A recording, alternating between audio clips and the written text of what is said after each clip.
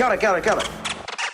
Hello and welcome to the NZ Ahead podcast. I'm Liz, and today I am talking to a community member called Leizl she joined our community, our NZ Ahead community, right at the beginning of when we first started.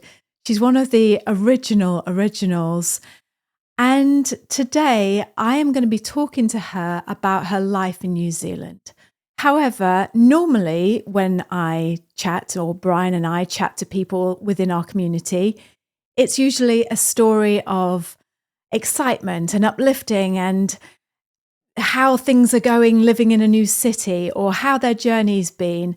And this episode, although it's very inspiring, it is also very emotional, and you would never want anything like this to happen to you or anyone.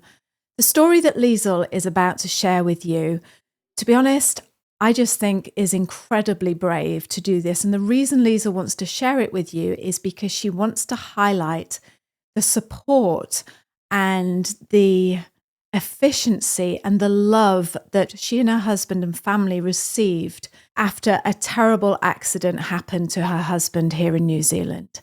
This is a very emotional episode. It is a very honest episode. It is a very worthwhile episode because while these things are difficult to talk about, this episode does have a happy ending.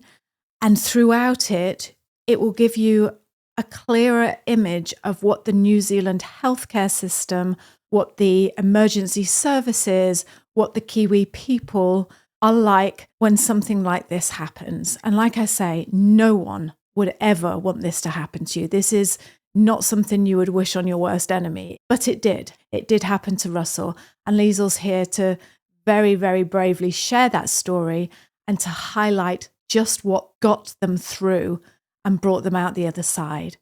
So, as I say, while this story is quite disturbing and emotional, it is also very inspirational and filled with hope and love and reality of what being in a country when something like this happens to you looks like. If you would like to know more about the community that we talk about, the community that Leizl is part of, that is our NZ Ahead community. I have said lots of things about this in the past, but if you'd like the free 5-day videos that lead to that community, you can find out more about that by taking our free 5-day video guide at nzahead.com/free. That's www.nzahead.com/free. For now, sit back and listen to the very brave story that Leizl is about to share. Kia ora. Welcome to the NZ Ahead podcast. Everything you need to know about moving to and living in New Zealand. There's a whole world here. So nice to be with you again. We call it Aotearoa around here, bro. You'll be right. We are your hosts, Liz and Brian. Amazing New Zealand in the southern seas. See, that's where I belong. That's home. Leizl, welcome. So welcome to the podcast this morning. I'm thrilled to have you with me. Oh, thanks so much for taking the time, Liz, to just chat with me. And I'm so excited to be here. I just said when we just came on Zoom then, you're so used to seeing, you're chatting online and on Slack and not seeing someone in real life. So to actually see your lovely face, it's just, oh, there she is. There is she. That's what she looks like. So yeah, just fantastic to have you with me. We have got so much to cover today, namely how your world was turned upside down on the 3rd of August, 2024. But before we get to the 3rd of August and you tell us all about your story, I just want to rewind and have you tell us briefly, because we've got a lot to cover, but tell us who you are, where you came from on the other side of the world, and why you are in New Zealand. All right. So my name's Leizl and I'm married to Russell. We've got 2 lovely children, Caleb, who's recently turned 7, and Taya, who's recently turned 5. Originally from South Africa, but we were quite fortunate that we've been living abroad in the Middle East for just over 14 years. So in Abu Dhabi for 12 years and then Saudi Arabia for about 2.5 years. before we decided to come to the wonderful New Zealand. And yes, and okay, that is a whole new podcast. You know, I'm desperate to talk to you about why you chose New Zealand and all the rest of it. But let's just say for now that you came to New Zealand and you're happy. You're living in New Zealand and you're happy. And we're so welcome. We're so happy to have you with us. Now, can you take us to you moved to Tauranga, didn't you? You moved to Tauranga Yes. and you are working as a teacher, is that correct? That's correct. Yes, an early childhood teacher. Okay. And your kids are at school, I take it? Yes, they are. And what does Russell do for a job? So Russell works for the Tauranga City Council. If you come and visit us down here, if you visit any of the public toilets or community centres, they're all managed and run by him. So he just oversees a lot of the assets for the council. Yeah, loves his job. Fantastic. So you're here, you're living in New Zealand with your family, you are happy, you've both got jobs, life is good. And now let's go to the 3rd of August and let's hear your story. Yeah, so the 3rd of August was a Saturday. So Russell had left on the Friday, the 2nd of August, to go on a hunting trip with a very close friend. They headed down just past Taupo to Tongariro National Park. They spent one night over there and then headed out early hours in the morning. Now, I must say, we're not very familiar with hunting. This was his first hunting trip, and he had been prepping for ages, probably months in his mind for this trip. So really excited about it. And they were out in the morning and they were headed back after to go for some lunch.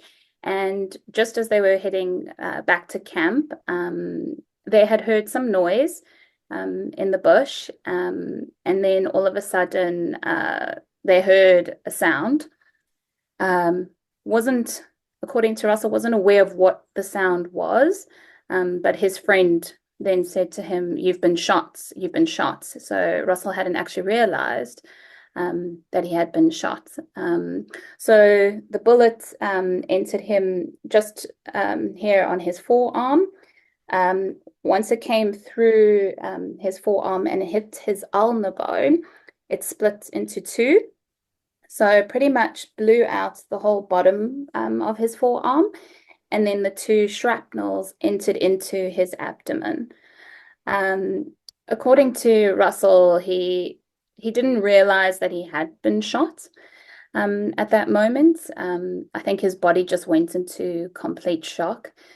He said he just fell to the ground. The guy came running, which was very fortunate because he was able to aid in looking after Russell and to stop the bleeding or prevent as much blood loss. The guy who was with Russell or the guy who had shot Russell? The guy that had shot Russell. Right. Yeah, so that was very fortunate. And then his friend managed to, tie up his arm to try and prevent as much blood loss from his arm. They were compressing on his abdomen. Thankfully, Russell's friend was really geared up and had a satellite phone with him that he was able to call for help. So they called 111 and a chopper was dispatched from Waikato Hospital. That took around an hour to get the chopper to them. And then it took an hour and a half to stabilize Russell on the ground. And then he was lifted up by a winch into the chopper. So that's where they put them on a stretcher and they lift them up to the chopper. And then it took about an hour to get to Waikato Hospital. Yeah. Okay. Can I just pause you there a minute? Sure. First of all, I just have to say thank you so, so much for doing this. Thank you so much for telling this story. So he'd never been hunting before, is that right? That's right. And I get that. You come to New Zealand, it's a big hunting and fishing. You live in the dream, aren't you? You know, you're going out Yes. in the thing and you live in the dream. So he left you and the kids at home. He goes with his friend down to the South Island on his very first hunting trip. And he's in this thick bush and he hears a noise and he has actually been shot. Is that right? That's right. So the location's not on the South Island, so just past Taupo. Oh, I'm sorry. Uh, Sorry, right. no Okay. worries. Not the No South. worries. So about a 2.5 hour drive from Tauranga. Got you. Right, it's right next to Mount Ruapehu. Right. Like you can see the mount in the background there. So Right. Right. I've got you. My yeah, apologies. Sorry. no worries. So he's when did you hear about the fact we're going to talk all about the emergency services and how the rescue was, but I'm thinking about you as the wife. When was the first time you heard about this? So I was at home with the children and doing my normal Saturday duties, washing and tidying up, and we were actually just ready to head out to for the morning. And then a friend called me because she had heard via our other friend who's married to the friend that went with Russell. Um, so probably I heard maybe quite soon after it just happened, 10-15 minutes Right. that it had happened. The first information we got through that didn't actually sound too critical, to be honest. I was like, okay, that doesn't sound too bad. So, it was a shock, but panic hadn't kind of set in yet. And my friends were already en route to me. They just got in their cars as soon as they got the news. And then once they got here, they said, oh, we need to go now. We need to go right now. So I was like, okay, right. Pack bags. Like, I don't know what I'm packing for, but pack bags for the kids. And we decided that it wouldn't be wise for the children to come with. So my friend came with me and her husband took our children. And our kids were really excited. They're like, great, spontaneous sleepover. Oh, This is cool. Yeah, totally so great. oblivious. Yeah. Yeah. Said bye to them and we just headed off. Yeah. Right. Again, thank you. Thank you for thank you for your bravery. I don't really know how you're doing this, but I'm so glad that you are because you've got a fantastic story to share. And yes, so your husband's friend, Russell's friend, has got a satellite phone. Is that right? That's So, right, yes. and he phones ahead 911. No, not 100. He phones ahead because he phones ahead to the emergency services, and they send a chopper out to get him. Yeah. Can I just ask, was it a man that shot him or a woman? You said it was a man that shot. Why? How did that happen? Why was he shot? How? So we haven't gotten clear answers to all, from his side of the story. But I think it sounds like they were in really thick bush. And unfortunately, we wished he would have identified his target, which is, a rule with regards to hunting. And he just must have not identified his target before shooting, and just heard a sound and maybe saw some movement and just shot. Yeah. Okay. Thank you for sharing that. Thank you. No worries. It was about 20 to 30 meters away that he Right. shot. Yeah. So he goes in the chopper and he is flown to Waikato Hospital. Yes. Tell me what happens then. You arrive at the hospital. What happens? So en route, so we actually, we've only been in the country just over a year and a half now. So we just actually thought, oh, they must be going to Taupo. And then we got a call en route from the friend's wife saying, no, they've just gotten him in the chopper. They're on their way to Waikato Hospital. And so luckily we were just over the Kaimai's over here in Tauranga, so it was easy to change route for us. And Waikato's a lot closer for us, which was good. And so that's where it kind of sunk in, that it was actually really critical, because my friend was like, yeah, Waikato's, that's a serious hospital, that's a big one. So then panic really set in, and I was like, all right. His words to us, and I think he was actually being generous with his words as well, was it's looking 50-50 at the moment. But he was actually told by a respondent that he should expect that Russell won't make it to the hospital at that time. So he was kind with his words to us. We got to Waikato. It's a huge hospital. Is it? Yeah. Huge, huge. Um, got our way to emergency. They weren't aware of any choppers coming in. They've got so many coming in and out of there, but they said, no, sorry, they couldn't give us information of where this chopper was. And we waited probably about an hour or so. And then we saw two choppers coming in at the same time. We were just waiting in the waiting area then of emergency, and someone approached me and said, we need to take you through, please. And I just didn't know. My heart actually felt at that moment, because it had taken so long. I just said to my friend, I was like, this is not good news. Like, why? Why would it take so long? So, in my head, I was embracing myself for the worst. And I asked the social worker that came through, I was like, can you tell me, is he alive? Is he alive? And she's like, I can't talk to you here. I need to take you to the family room. So I was just like, oh my goodness, this is just like you see on the movies. So went through to emergency, and it's busy. It's wow, I take my hat off to those people working in that environment, because it's just so busy. And she couldn't give me any clear indication whether or not he was alive. I think she was almost, I could see she was just, just as shocked as what I was. And then a respondent walked in, and he saw us sitting there, and he's like, who are you here for? And I said, for Russell. And he's like, oh, yes, I was the respondent now on his case. He was actually the paramedic, and he said to us, I can tell you now that he is stable for now, but it is extremely critical. And he was able to explain to us that it took an hour for them to get there, an hour and a half to stabilize him, and then an hour to fly him to the hospital. So just having that news was so golden to know, why did it take so long?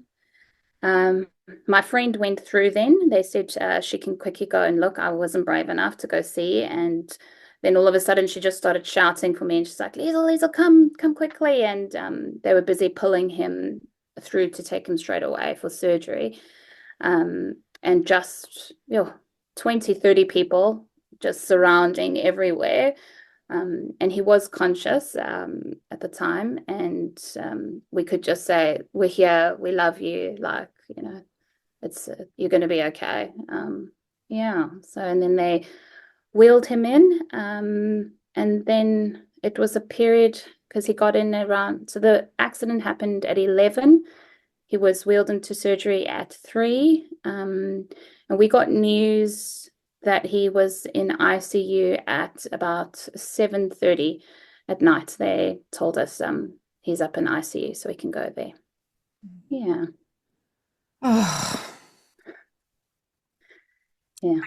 I can't even begin to imagine that, what that would have been like. And yeah, I'm glad you said that about the hour to get there and the hour to get him into the chopper, and then the hour getting back. Is that because there was just other cases to deal with? Because that's what I was thinking when you were saying you were driving. I was thinking, well, surely the chopper would be there already, because it can't take that long. Was it just because there was lots of other cases that and the chopper wasn't available, and they got there as soon as they could? Is that what it was? So they left straight away. We were very lucky that chopper was available and free. It just took their journey from Hamilton down to Tongariro, was an hour-long flight for them. Right. And then they're not, I think, I could be wrong, but I don't think they're allowed to fly with patients unless they are 100% stable. And so they really took time to make sure that he was stable enough to bring him. Yeah. Yeah. Those people who turn up at this. And I don't know how they do it. no, me neither. And yeah. So you're in this massive, big, busy hospital. You haven't got a clue what's going on. You're picking out bits of information that people are giving you.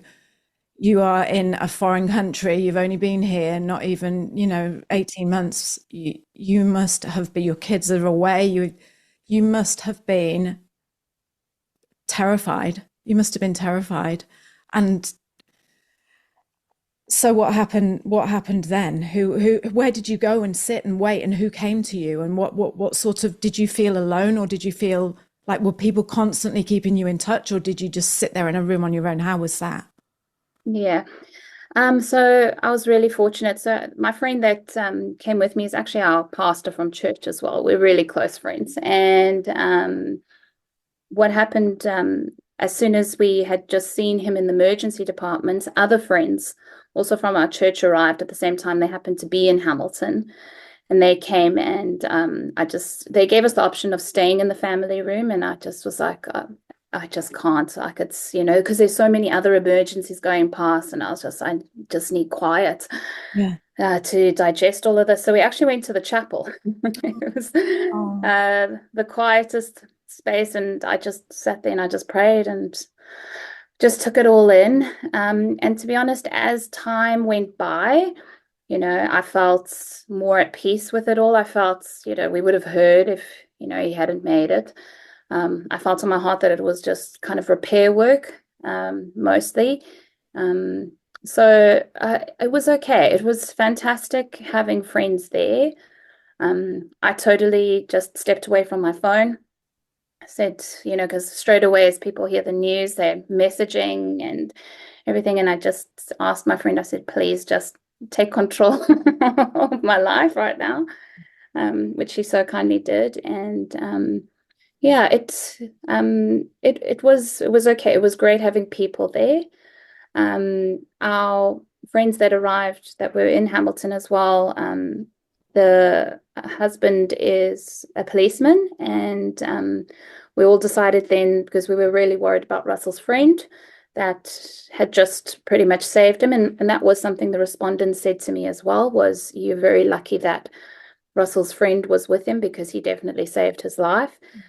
But we were very conscious of him having to pack up everything and go to the police station and give a statement, and the state he was in. So our friend, who's a policeman, said, they would never let someone deal with this alone.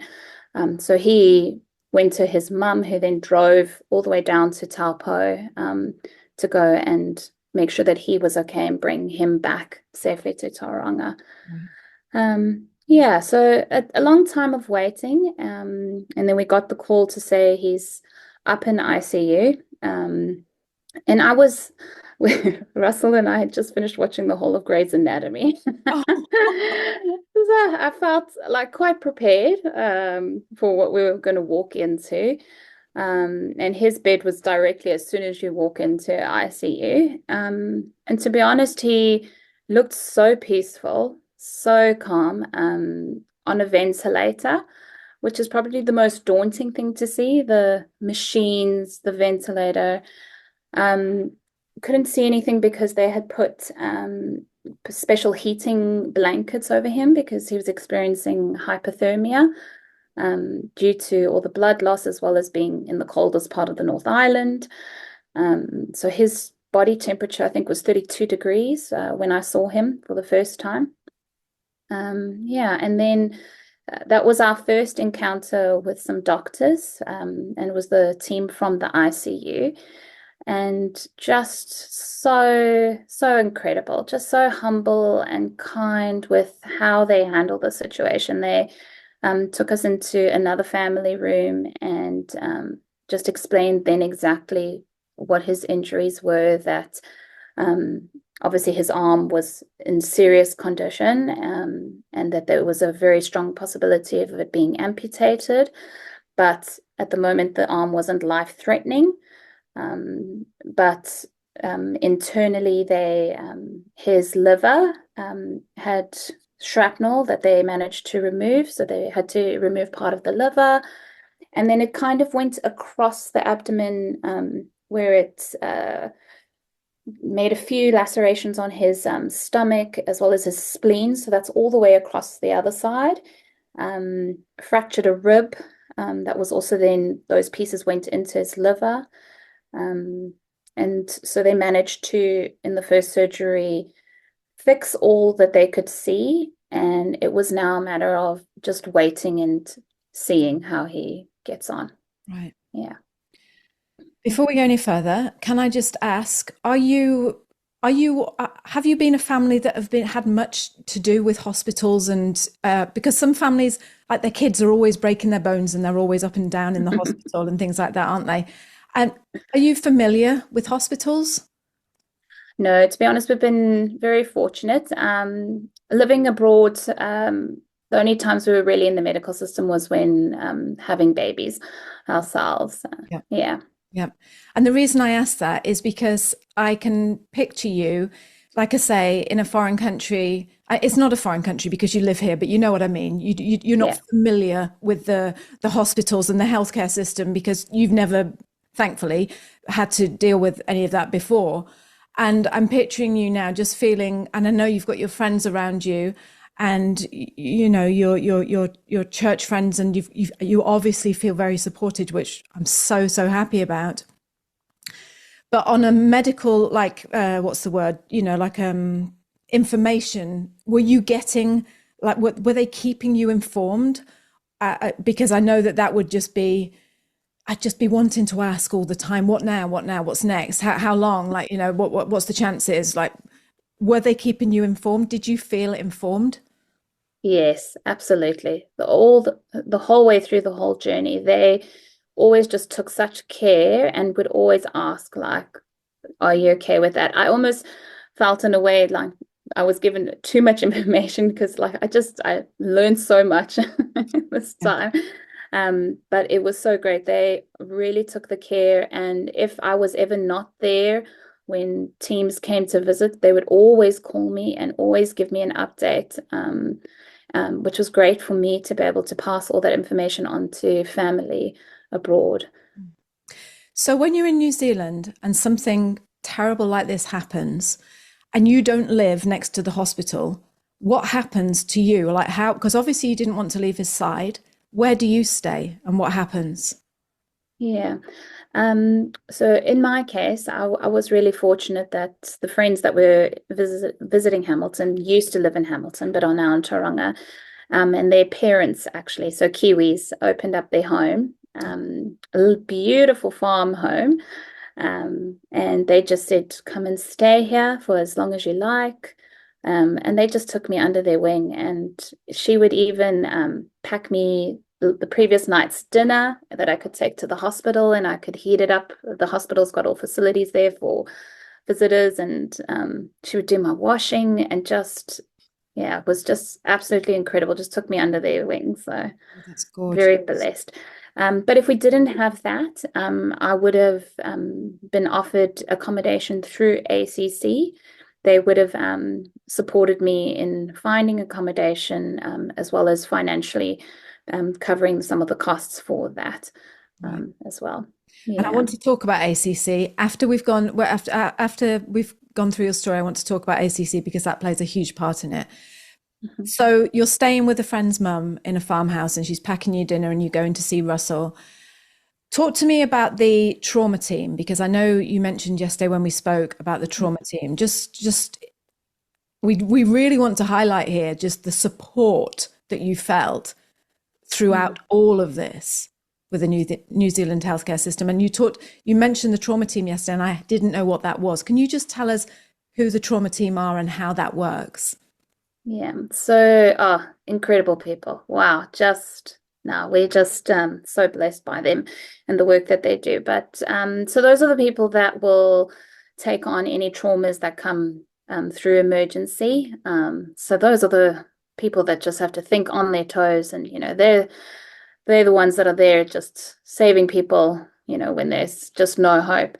And so they were responsible for really saving Russell's life at that initial surgery, as well as heading into the journey, going from the first few days in ICU after his first surgery. He kept having quite a few surgeries, specifically for his arm. They were doing washouts to preserve what was there and to really kind of make a call if they could save this arm or not. And then was day 5 or day 6, Russell started experiencing complications again with his abdomen, where his liver was leaking bile.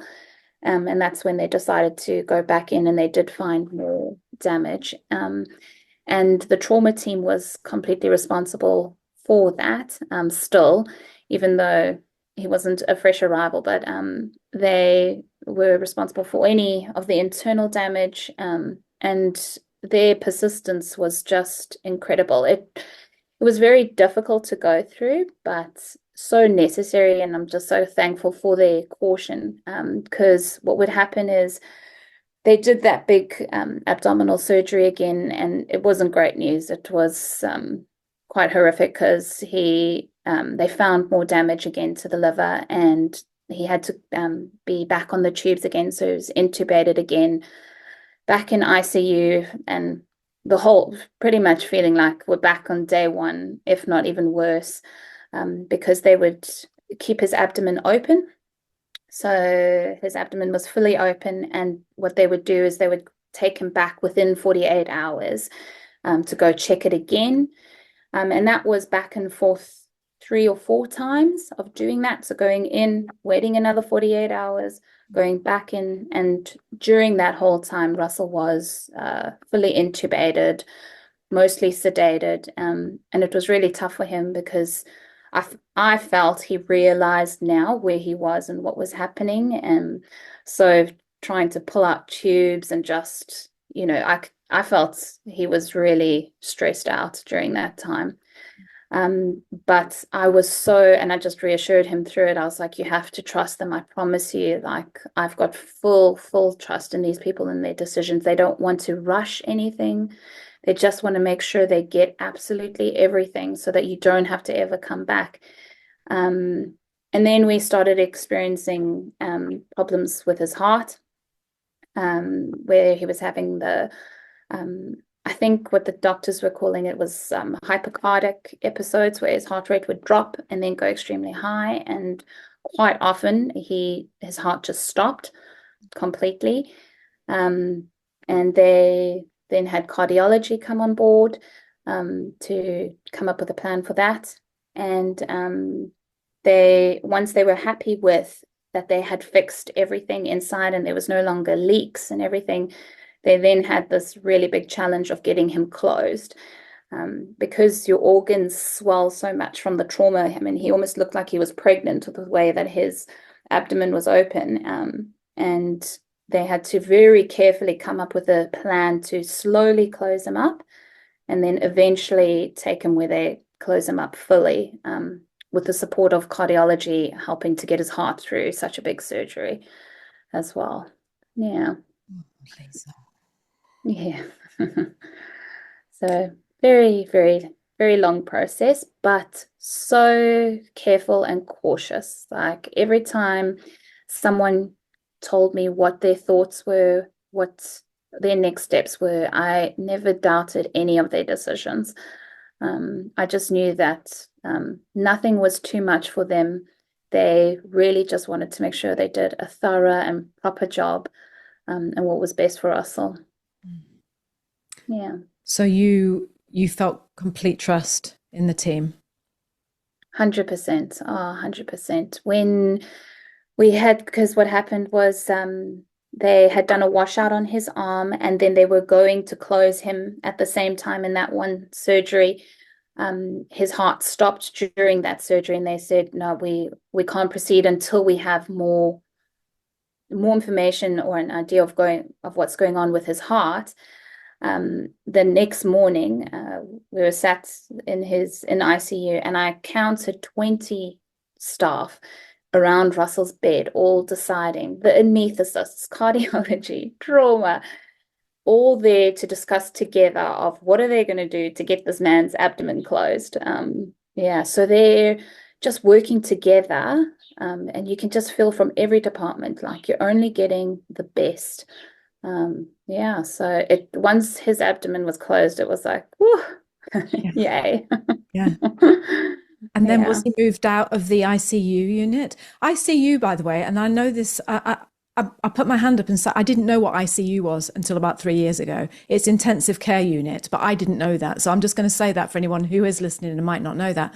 But was he moved out of ICU then and put into a general ward, or was he still kept in there? So after once they got his abdomen closed, he had to remain in ICU for a few more days because they had inserted an external pacemaker. So that's through wiring where they're actually controlling the heart, which they was necessary to get him through that surgery. But they wanted to keep it on for a few more days to see if he still required that support from the pacemaker. And thankfully, after 2 days, they felt that he wasn't using the pacemaker and his heart was improving, so they could remove it. And then we started the process of getting out of ICU. Yeah. And then onto a general ward. Yeah. I'm sorry if this sounds like I'm sorry, but is ICU, are you on your own in ICU or is it with other people? With other patients. With other patients? How Yeah, many, is it a big ward? Is it a small ward? How many roughly?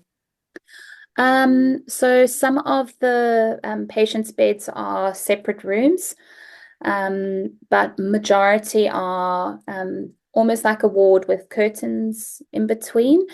And there's two sides to the ICU in Waikato, where you've got cardiac ICU, as well as just regular ICU. And on the regular side, there was about 10 beds on that side, and I'm not too sure how many in the cardiac ICU. Then, because you've got critical care is kind of the main unit, ICU falls in there, as well as the high dependency unit. So that is just a step down from ICU, where people are still, they've got high needs and need to be monitored a lot. But they don't necessarily have life supporting medication or the machines at that time. And in the ICU, the patients will have their own nurse assigned to them that do about a 12-hour shift. So within a day, there would be two nurses, and those nurses don't take their eyes off the patients for a minute. They are literally keeping their eyes on them all the time. Where in HDU, because Russell did spend 2 days in HDU, there HDU? Oh, hi. it's a high dependency unit. There a nurse will have two patients to one nurse. Yeah. Are you allowed in all the time in the hospital? Is there any time they say you're going to have to leave now? So you're allowed in. You're there. You can be there 24 hours a day. Is that right? Yeah, it was amazing. I mean, I didn't expect that for ICU. But yes, so ICU, you are allowed to be there 24/7, though they do something with the patients called turnarounds, where they have to move the patient's bodies, obviously because most of the patients are highly sedated and not moving, to prevent pressure sores. So a team comes through. So, I mean, even those people, I just had never even thought of this team that comes through, and they make their way around the whole hospital, and they're literally there to move the patients and adjust their positions to ensure they don't get pressure sores. And that happens in ICU every 2 hours for about half an hour, where visitors need to leave during that time. Yeah. How long has he been in the hospital so far? Now, before he comes out of ICU, how long has he been there? So ICU, he spent a duration of 26 days. And then once that was all sorted, because they had done all the internal stuff, we were still having his heart monitored, which was also an incredible system. I couldn't believe that. It's a mobile heart monitoring system that's linked to the cardiology department, where they've got someone somewhere keeping their eyes on these monitors at all times, which was really nice to not have the monitors next to the bed the whole time beeping and watching it. Then once in the general wards, the focus was then on preparing Russell for the really big reconstruction surgery on his arm. So he spent about a week in the general ward, which was a great time to just build up strength, start eating again, because he hadn't eaten, as it was his digestive system that was really affected. Getting up and just sitting in bed, and doing all those kind of basic things before having the really big reconstruction on his arm. Yeah. So before we move on to the reconstruction, just rewind back a little bit. 26 days is a long time to be going through what you're going through. Was there any, I know you talked about social workers when we talked yesterday. What was there any kind of, like, for your mental health support? What could you just talk about that for a minute? What the support that you were getting there? Yeah. So in ICU, they've got a team of social workers that walk around checking in on all the families that are there. And they're just kind of these people that, they just float around and disappear, but they just come at the right time. And I developed a really close relationship with one of the social workers. And it was really to check in on me, how was I doing? And continuously I was asked, how are my children? When are they coming to see me again? Have I got accommodation? Am I eating? Have I got food? Really, like, those questions of diving deep just to say, like, are you okay? How are you getting on with this? And she would even call me if she hadn't seen me, just because she missed me. Sometimes she would call me and just say, I'm just checking in. How are you doing? Or when Russell had his cardiac episodes and they had to call the emergency, she was aware that had happened and called and said, I heard that this has happened. Are you okay? Like, what can I do to help? And so it was lovely to just have that. And she was also a good support in saying, well, do you know ACC? Do you know what ACC is? And, if you need help with this, they can help you with that. And which was really, really helpful as well. Yeah, just giving you all Yeah. that support. Mm. And on the subject of support, you also mentioned when we spoke privately yesterday about victim support. Could you Mm. just talk about that for a minute? What's victim Yes. support? Yeah. So it was in the first week, my phone rang. My phone was ringing all the time, and I answered, and it was a constable, and I was like, oh, my heart just sank, because I was like, this is the reality. It's an investigation, and so of course police is going to be involved. And he was just so kind and just so gracious. He's like, Leizl, I'm just letting you know we've received your details. We're so sorry of what's happened, but we just want you to be prepared that someone from our victim support department will be in contact with you, as well as with Russell, as well as with Russell's friend who was there, because we just want to make sure that you're all okay. So I was like, okay, that's nice, thanks. And so I received a phone call from our victim support lady, who was just so lovely. It was just, again, another person, and also kind of nice that it wasn't someone that knows you, that's just totally on the outside. And I could just talk through, and often she would call on surgery days, when she knows I would have a lot of time, just to check in and send through some resources, and I did read them in my spare time of what can you do to cope with anxiety and worry and stress. And yeah, I was just blown away. I said to my family, like, this is coming through the police, like, and they're actually worried about how are we going to integrate back into the community after going through such a trauma. I feel like it's real, almost preventative measures to make sure that, we can go on as, good citizens, good people in the community. Yeah. Yeah, so I was very shocked by that. And do you know what? Yeah. While I'm hearing this, I'm just hearing so much support. I'm hearing it's coming at you in all directions, which just, I know every Kiwi listening to this will just be crying their eyes out thinking, thank God, that you had all this and just that you're in this country getting this support. Was there any time at all that you just thought, because I again, selfishly, this is what I'm thinking, I would probably think, I want to go back home. I want to go back to South Africa. I want to go back to my mum and dad. I want to go back. Is there any time at all? I mean, I haven't asked you, I'm sorry, but I haven't asked you about your parents and Russell's parents, whether they are in New Zealand or not. But would you just speak about that? Did you ever feel like, just let me out? Just I want to go? To be honest, I think because it was so serious and so critical, and we just kind of knew we were really, really lucky to be in the position that we were in with having him still alive and that he actually had made it. That honestly, through the whole journey, I was just so grateful, and it actually has really made me just love the country even more. And I think it was probably the opposite. I'd be like, I don't want to go anywhere else. If there's a team I want to have looking after me and my family, Yeah, it's this team if I could pick them. So honestly, I was just the whole time just so grateful for where we were at. Yeah. that's Mm. great. Thank you. Thank you for sharing. Yeah. So, Yeah. and your parents, did you have your parents?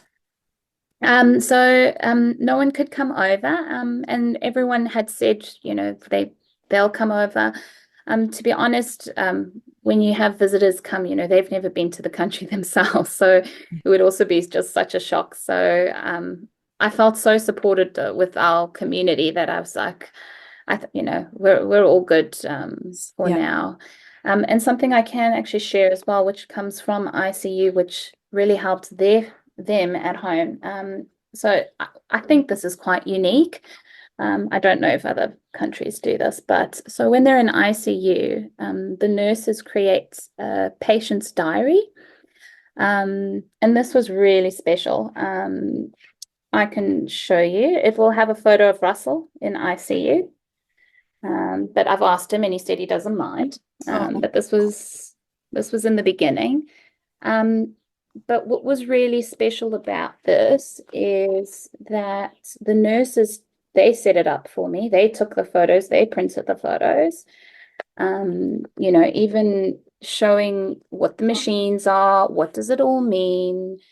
And they would write messages about what his day was with them. I can read one like this is from Ryan, a nurse. Hey Ryan, it's Russell here, one of the nurses looking after you. I've looked after you the last couple of days. Yesterday you kept me quite busy. Your heart stopped for a good 8 seconds upon sedating. Um, Gave us all a big fright, but you resolved it yourself. Your lungs aren't in the best shape, so not quite ready to take the breathing tubes out just yet, but we are keeping you as comfortable as possible.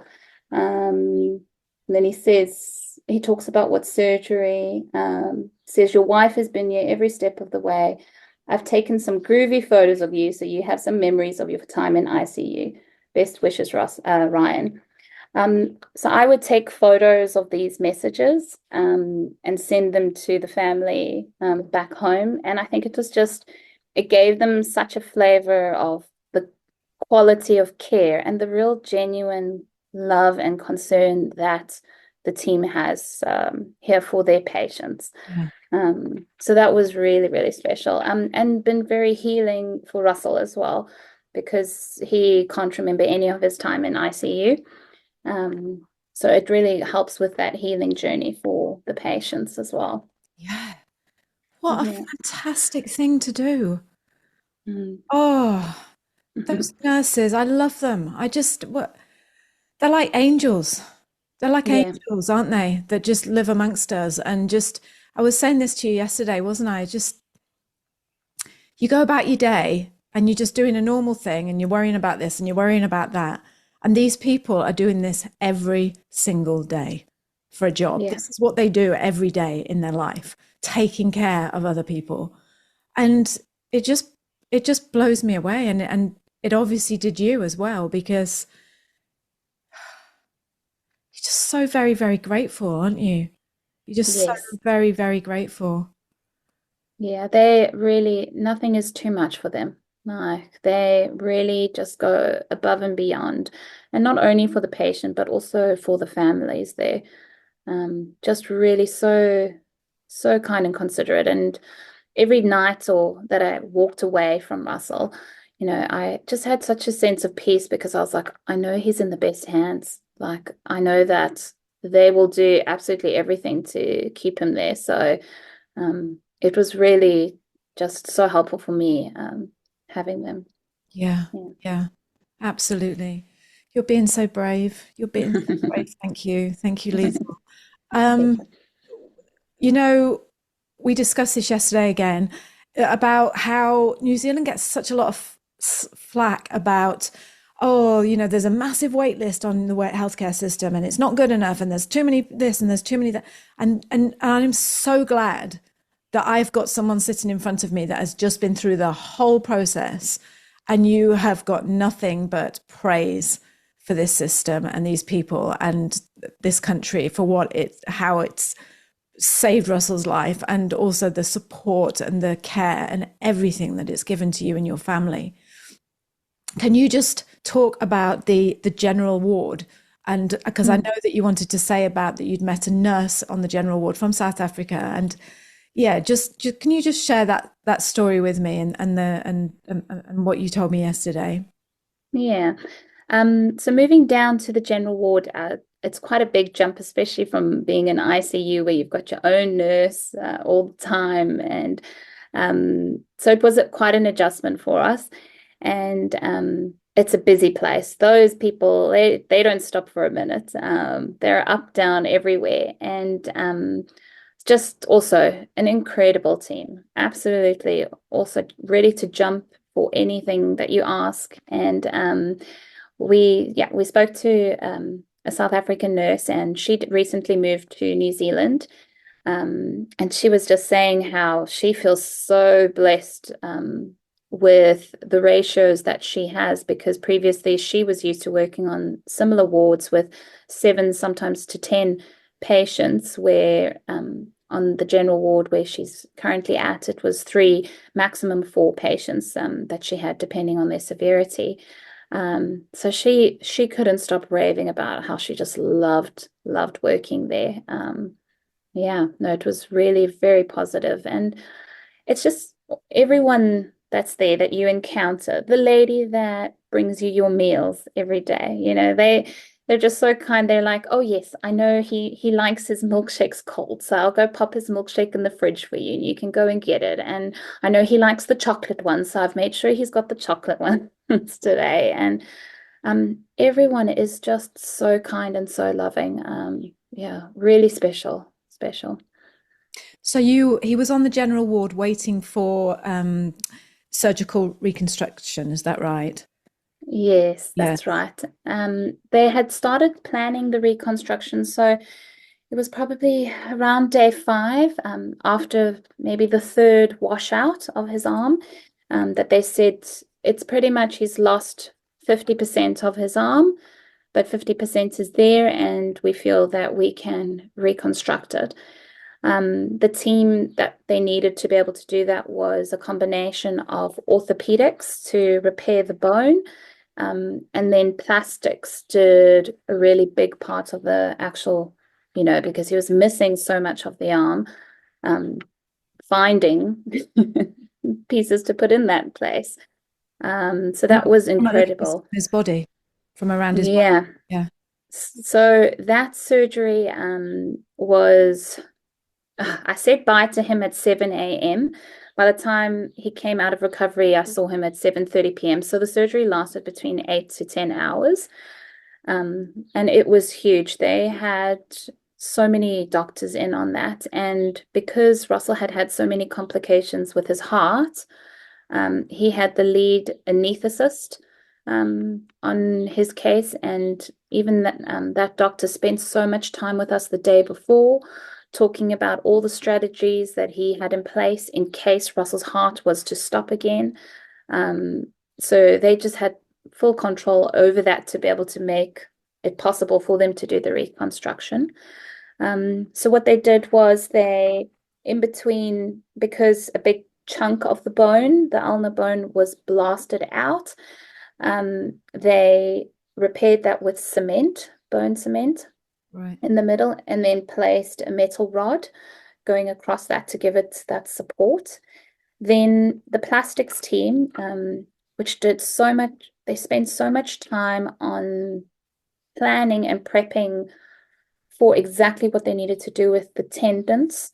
So those are basically the wires from your brain to your body parts telling them to move. And a few of them had got damaged from the bullet.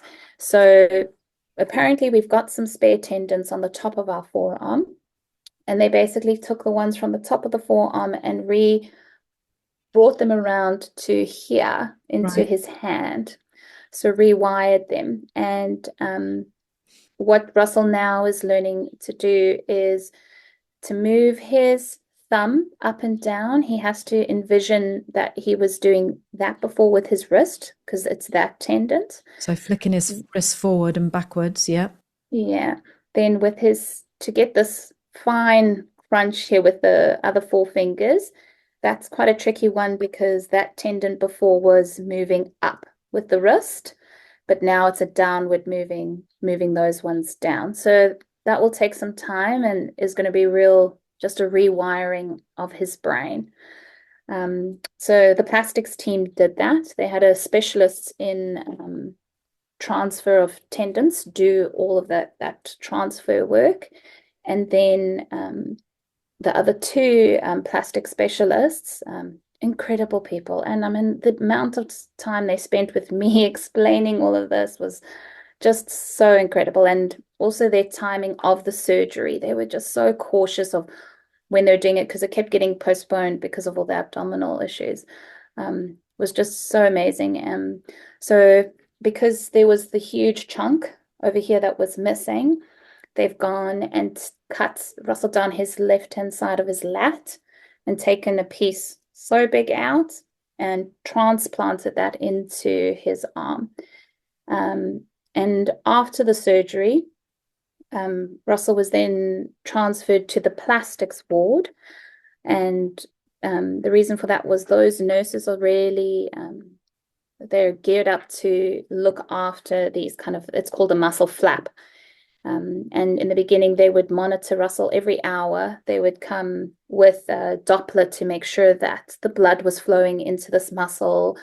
They could hear a pulse, as well as the room had to be a certain temperature, really warm. His arm was under this huge, big plastic, they call it the bear hugger, to keep it really warm, just to ensure the blood flow. So the care of preserving that muscle flap was phenomenal.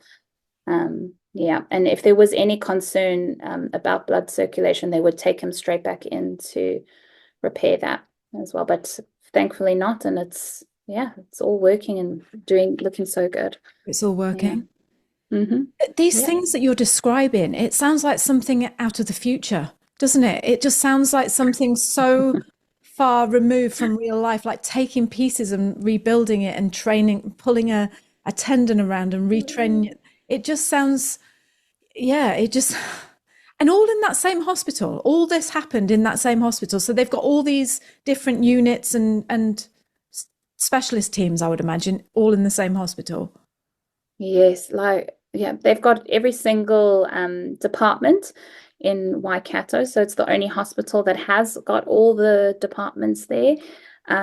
So plastics, orthopedics, cardiology, cardiovascular, they are all there. And I think that is probably why it is the only trauma level 1 hospital in New Zealand, because they've got all those specialists that can just drop and come. Because I know on Russell's first surgery, his lead plastic surgeon was already in that surgery and could assess the damage that had happened on his arm.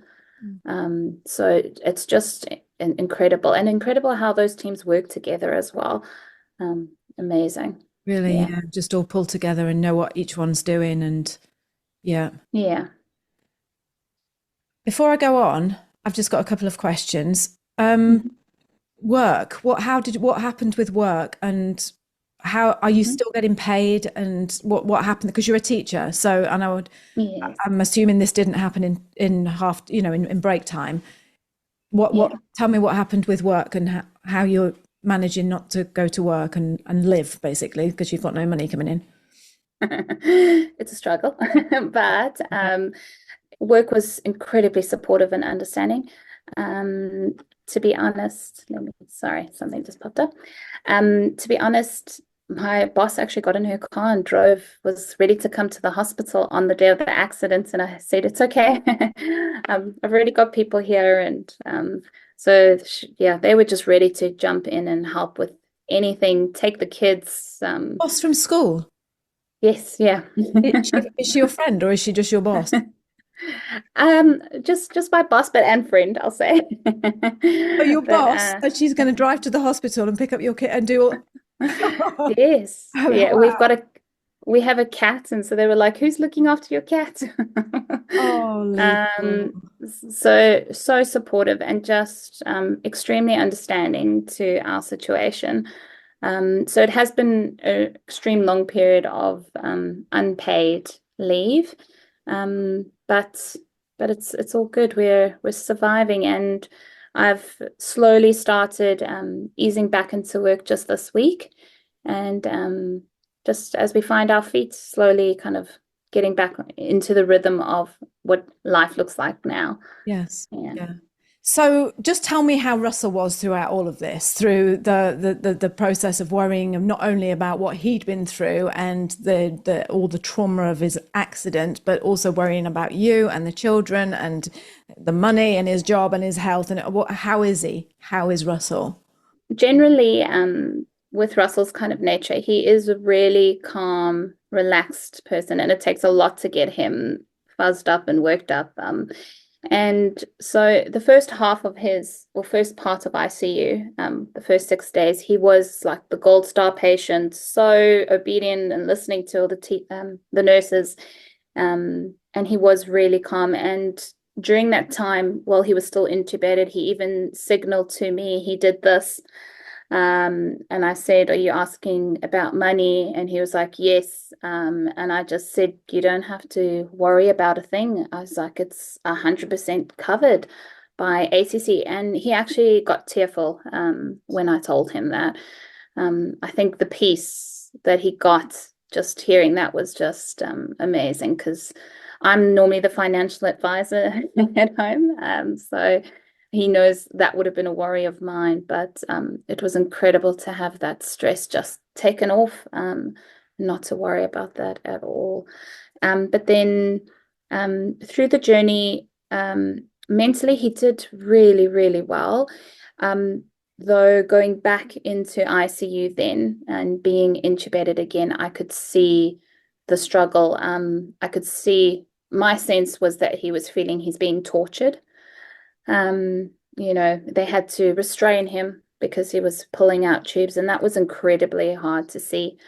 Um, I would often approach him, and his heart rate would often start going up and start having the machines beep. So I even got nervous being around him because I was scared, because his heart stopped twice while I was there, and then they have to pull the emergency button, and then everyone comes flooding in the room. So I got even anxious being around him.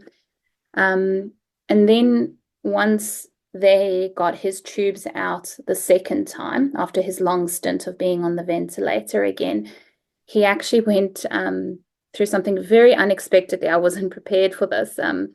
Like they called me and they said, "Oh, Leizl, his surgery went really well, and we've got his tubes out," which is like the best news ever. Hearing that, and they're like, "Oh, you need to come. He's really agitated." And I was like, "Oh, Russell's never agitated. Like that just doesn't sound like my husband."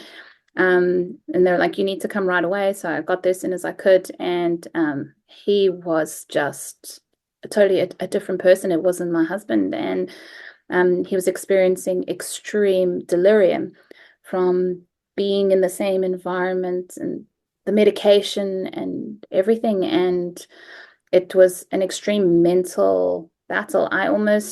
When I explained to people, the mental side of it was almost as bad as the physical side, because he just wasn't Russell. And having to, every time I saw him, reorientate him and say, "You're safe, you're okay, this is a good place," it was really, really hard. And that was quite a journey to get him into his normal mental self.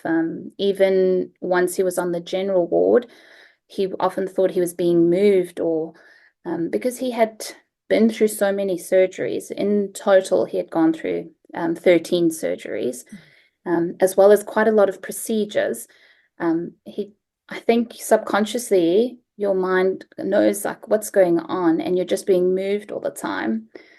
So he just felt like he was being moved, and so an extreme big mental hurdle to get over. And I could see the doctors were just as concerned when I came in and I saw this different Russell.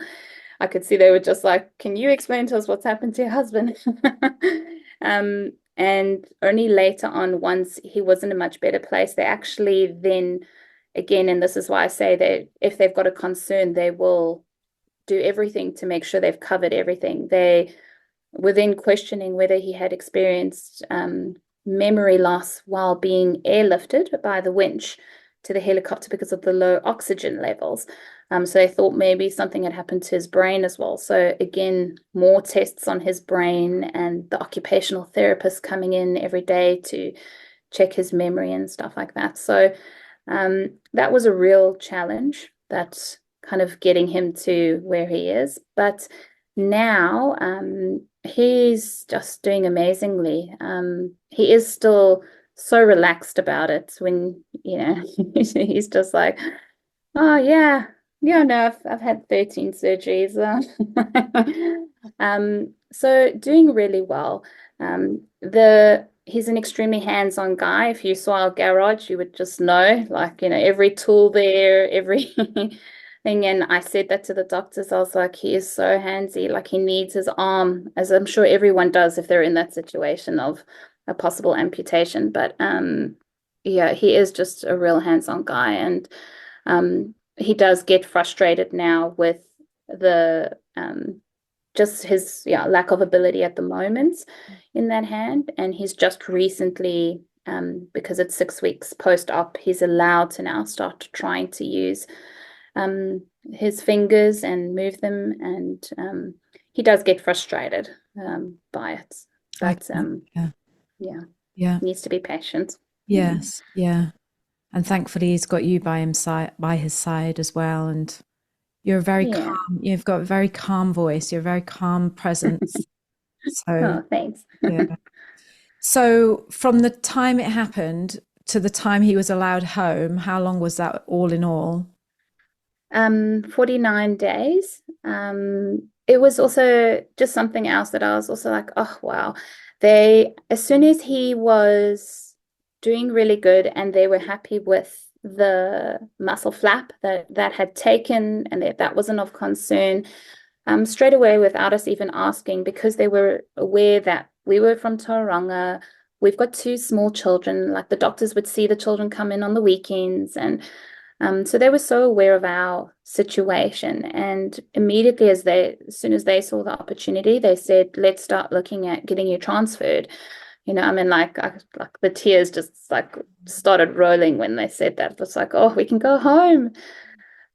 So we started doing that, and then unfortunately had to go back in for another surgery just to redo something to the bone. But then we got transferred, and that was just, again, like, amazing how they just organize it. They just handed over everything to the hospital here in Tauranga, made sure that doctors took him over, and then we arrived in Tauranga on the Monday, and it took about 3 days, only because it was important that the team in Tauranga got familiar with his case, and that they could help prepare us for what recovery would look like and what we would need post-recovery and things like that. So it took a few days just to sort all that out.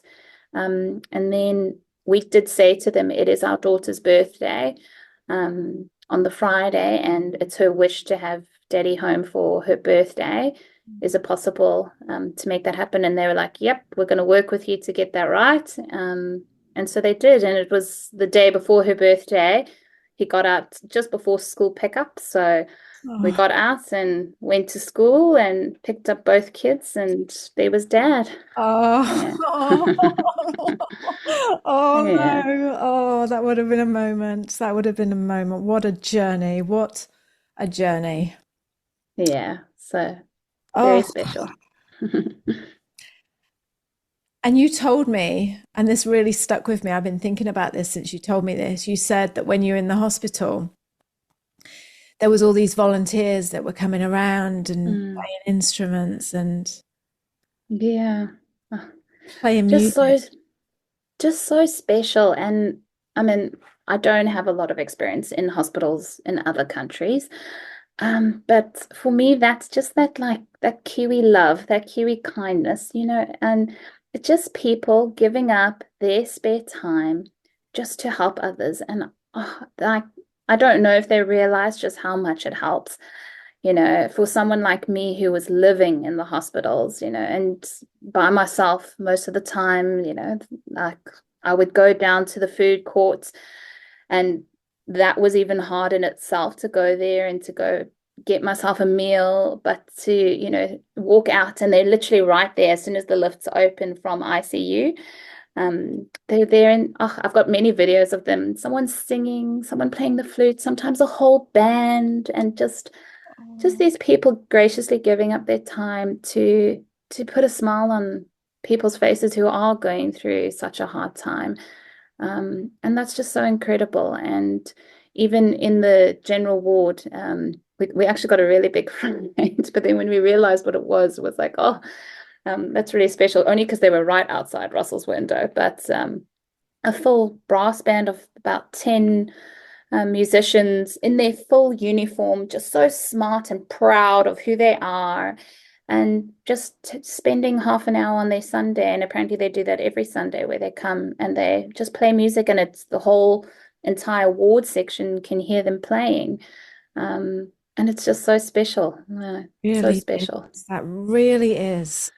And like you say, Yeah. these people you don't, if you're watching this on YouTube or Spotify, wherever you're watching this, please know we love you and we are so Yeah. grateful to you for doing this, because again, you're so caught up in all that's going on, and they don't know what a massive positive effect they are having on you, and you haven't got time to go over to them and say, oh, I love your music, by the way, thank you so much. You might give them a smile or a little wave, but I hope they know how much that means to us, to people who are going through anything in hospital.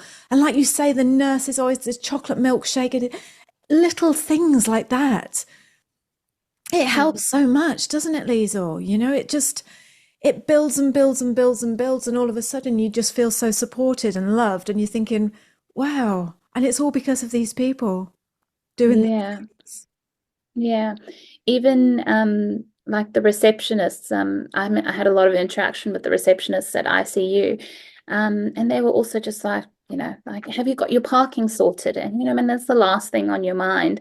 And I'm just like, oh, no, what must I do? Straight away. Here we go, do this. You don't have to pay every day. You can do this. And just such kindness to little things that, really make a difference. Especially now looking back, like I'm grateful I wasn't paying $7.50 every day. Yeah, exactly. Yeah. And on the talk of cost, ACC, so because again, especially we have a lot of audience from the USA. You'd just be thinking, well, how much is that chopper going to cost? How much you wouldn't be able to help but think that. Did ACC pay for everything that you've talked about here today? All these surgeries, all this care, or everything, his meals in hospital, everything. Did they pay for that? Absolutely everything. It's just been incredible, and I'm just like, how? Why? I've questioned it so much, because I'm just like, wow, because coming from South Africa, if you don't have medical aid, medical insurance, you're in trouble. And that was the first question my dad asked me, being an accountant from South Africa. He's like, have you got medical insurance? And I was like, well, no, we don't. And I was thinking, oh, I wish we did have, but then I was like, because it's an accident, it's 100% covered. And not only that, Russell's salary is covered up to 80% now, every week. If they needed to pay for accommodation for me, they would do that. They're funding some of our transportation, so me driving back and forth from Tauranga to Hamilton. Now, since being back at home, we've had a physiotherapist come to our home and sat with us for almost 2 hours to see how has this injury really impacted Russell from doing day-to-day stuff? And any area that the injury impacts on, ACC is there to kind of help us, which just blew my mind. I was like, I can't believe that they're even worried that there's someone that's worried about us after all of this. They've already saved us and saved Russell's life, but now they're even worried about afterwards. And we've had support with just a lot of equipment, which has been really helpful for Russell, like a chopping, it's like a board thing that's got holders that he can put a pot on and it can hold it so that he can stir, or a special thing for spreading butter on bread so the bread doesn't just slide away. Yeah. So just simple things, even a thing to help you put your socks on with one hand. So just the thoughts that's, if just to try and make things easier for him, for us, is incredible, because I feel anywhere else, especially after an accident, you're left to your own, if you've got to figure it out on your own and have the financial burden of it all on your own.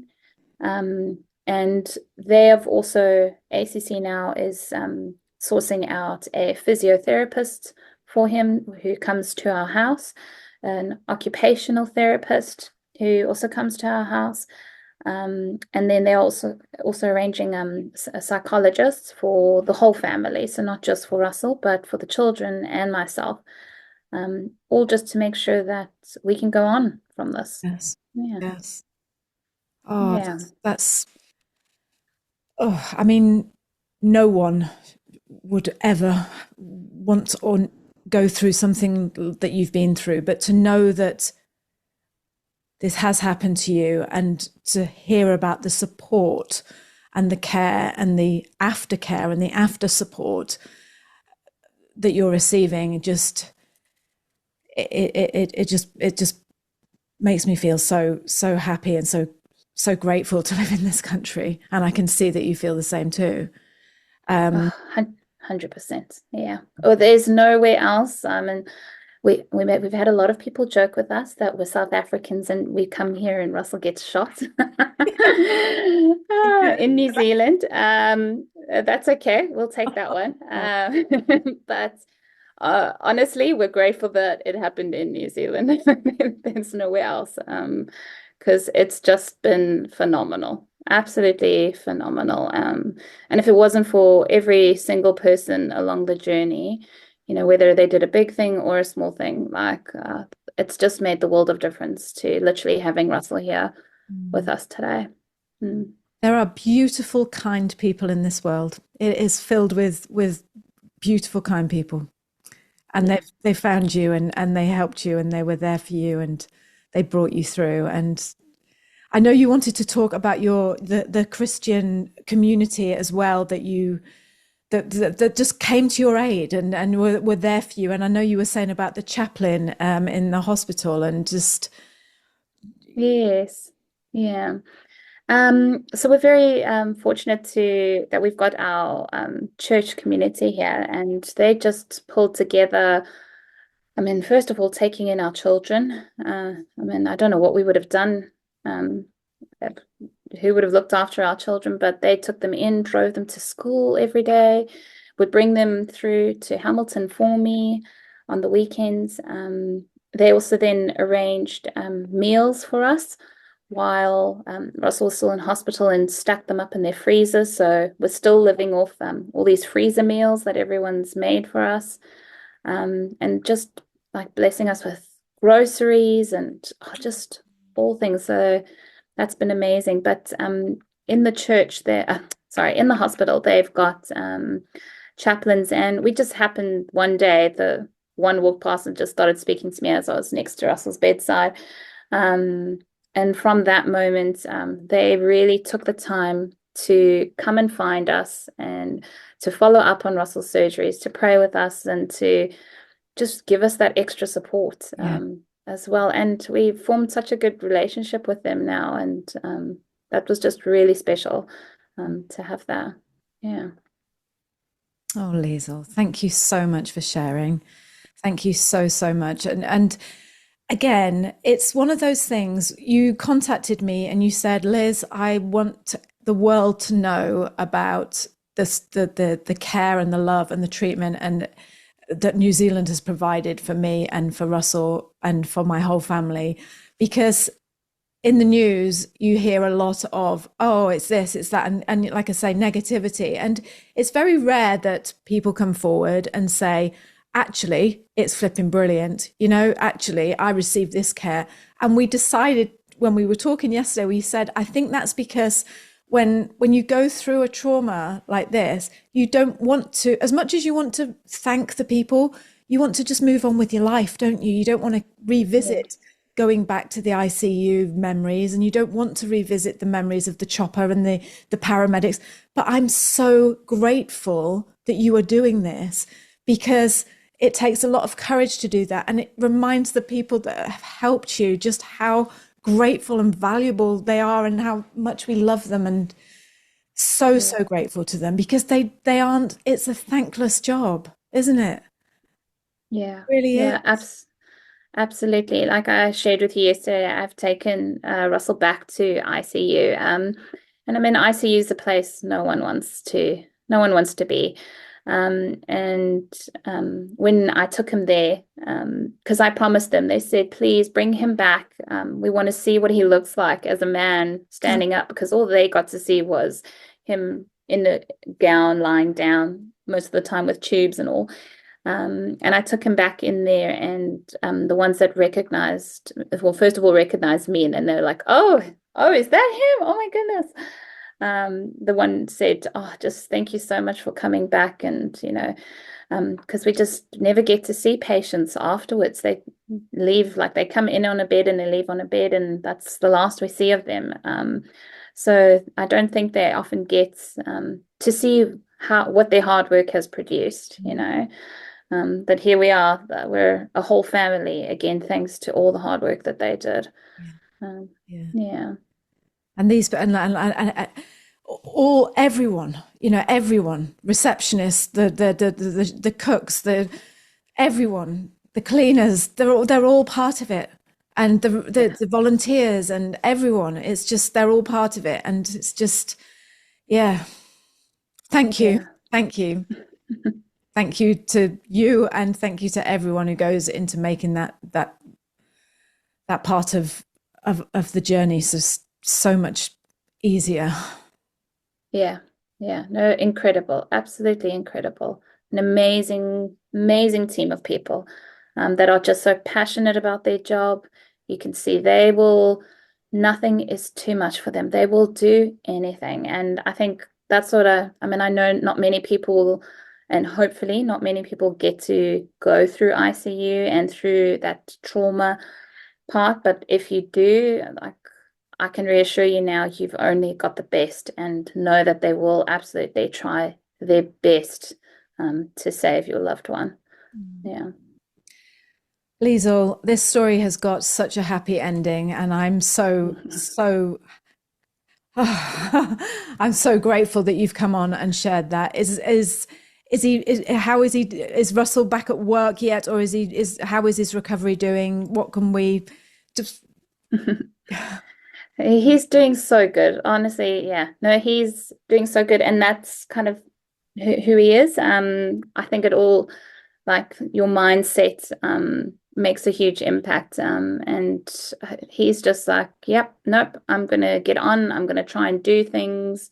So no, he's walking and doing way more than what I feel he should be doing, and he exhausts himself quite quickly.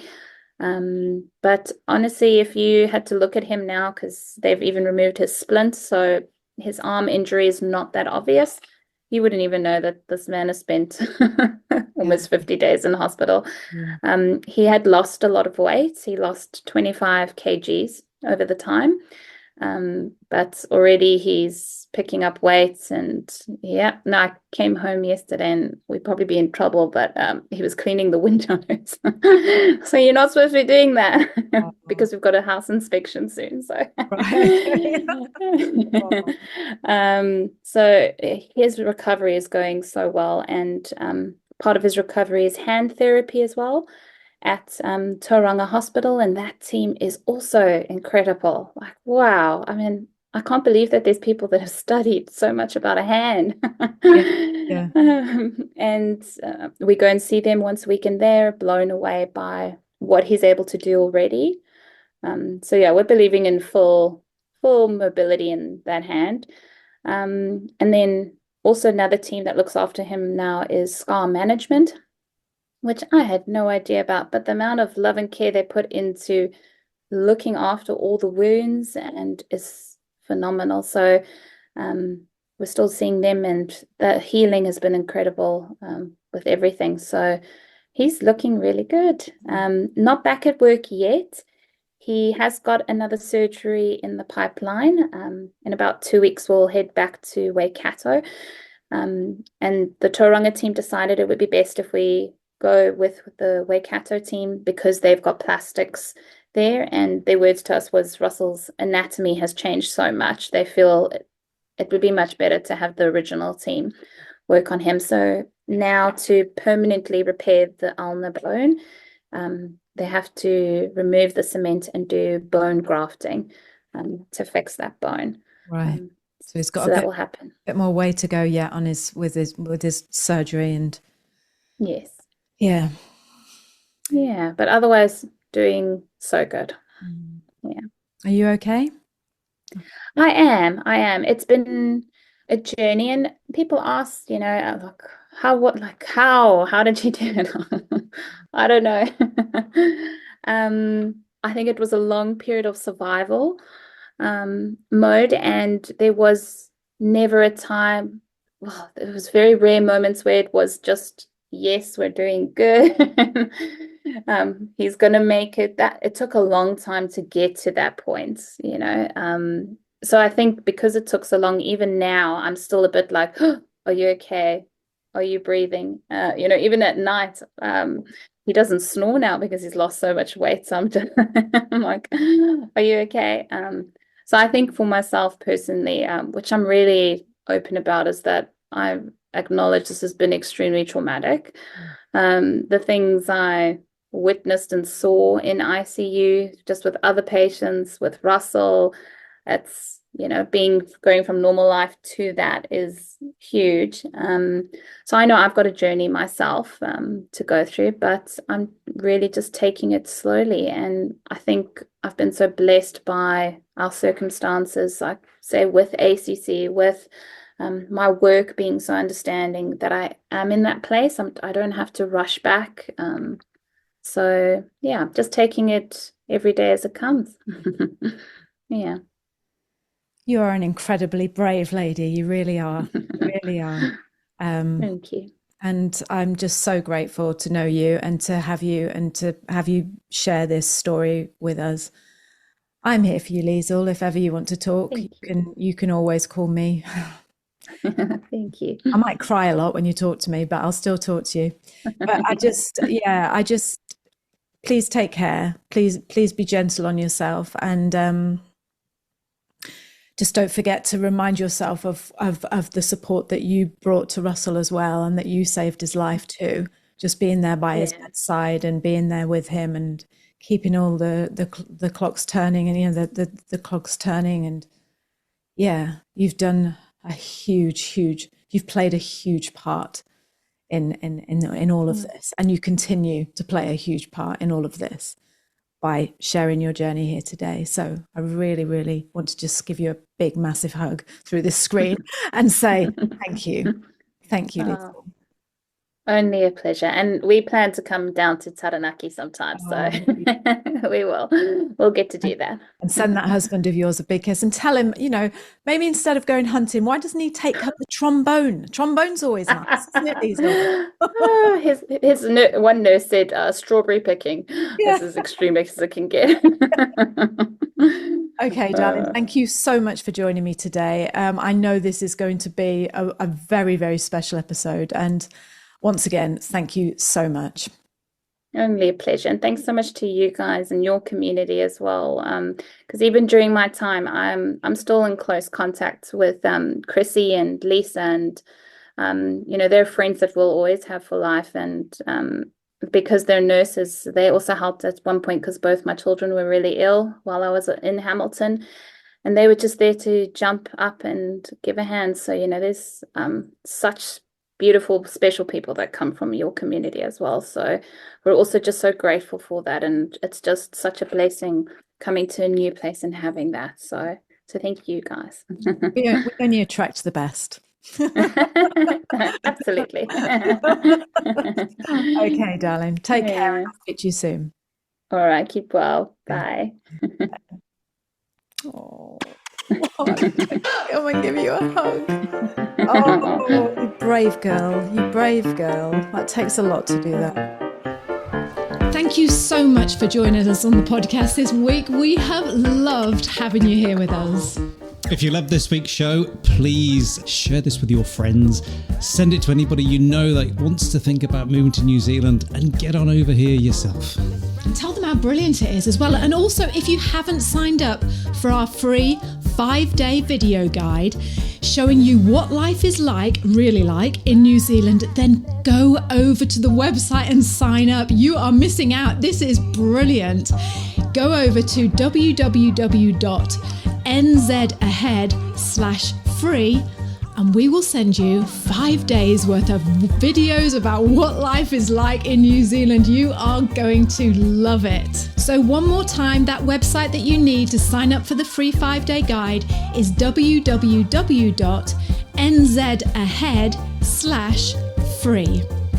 So we're going to see you next week. Until then, have a great week and we'll speak to you soon. Bye. Bye. Say bye, girl. Bye. Bye.